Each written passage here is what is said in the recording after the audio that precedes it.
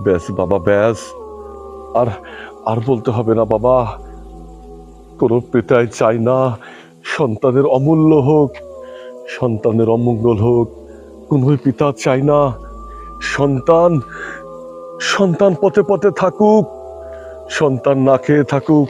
কিন্তু আমাদের মতো অভদ্র গেয় মূর্খ সন্তানেরা তো বোঝে না। এরা তো শুধু জানে এরা তো শুধু জানে মা বাবাকে অপমান লাঞ্ছিত করতে। আমাদের যখন সুখ হয়ে যায় আমরা তখন পিতামাতার কথা ভুলে যাই। আমাদের যখন টাকা পয়সা হয়ে যায়, বড় হই, তখন আমাদের পিতামাতার কথা মনে থাকে না। কখনো কখনো আমরা পিতামাতার তো সেবা যত্ন নিতে পারলাম না।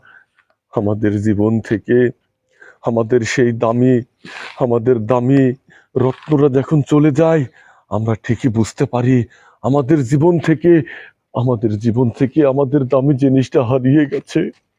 আমাদের দামি জিনিসটা আর আমাদের কাছে নেই। সেই বিশাল বটবৃক্ষ ছায়া আর আমাদের মাঝে নেই। সূর্যের উত্তপ্ত তাপে আমাদের দেহ তখন রোদে যখন গড়াগড়ি খায়, তখন আমরা বুঝতে পারি আমাদের কাছে থেকে আমাদের দামি রত্নটা চলে গেছে। আমাদের বটবৃক্ষ আর আমাদের মাঝে নেই। হায়রে মানুষ, আমরা আমরা থাকতে আমাদের আমাদের পিতামাতা থাকতে আমরা তাদের যত্ন নিই না, আমরা তাদের কথা ভাবি না, আমরা তাদের সবসময়ের জন্য এড়িয়ে চলি। আমাদের মতো মূর্খ মানব আর কখনো হয় না, হতে পারে না।